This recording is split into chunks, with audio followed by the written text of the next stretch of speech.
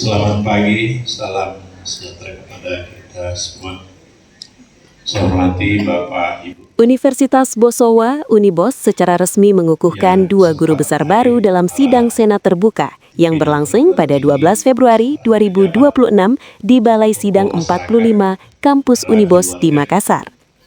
Rektor Unibos, Profesor Batara Surya, menyampaikan bahwa dengan hadirnya dua profesor baru tersebut, saat ini jumlah profesor aktif di lingkungan Unibos telah mencapai 40 orang. Dua akademisi yang dikukuhkan menjadi guru besar adalah Prof. Masud Muhammadiyah dalam bidang ilmu bahasa Indonesia dengan kepakaran linguistik terapan dan pendidikan media, serta Profesor Zulkifli dalam bidang ilmu hukum dengan kepakaran hukum adat. Prosesi pengukuhan dihadiri pula oleh Kepala LLDITK Wilayah 9 Sultan Batara yang menyampaikan harapan agar para guru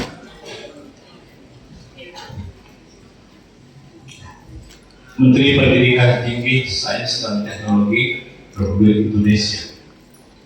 Keputusan Menteri Pendidikan Tinggi, Sains dan Teknologi Republik Indonesia nomor Tinggi Wilayah 9 nomor 7292 garing LLDT garing DT 0401 garing 2025 tanggal 6 Oktober 2025 memutuskan menetapkan. Download Tribun X sekarang, menghadirkan lokal menjadi Indonesia.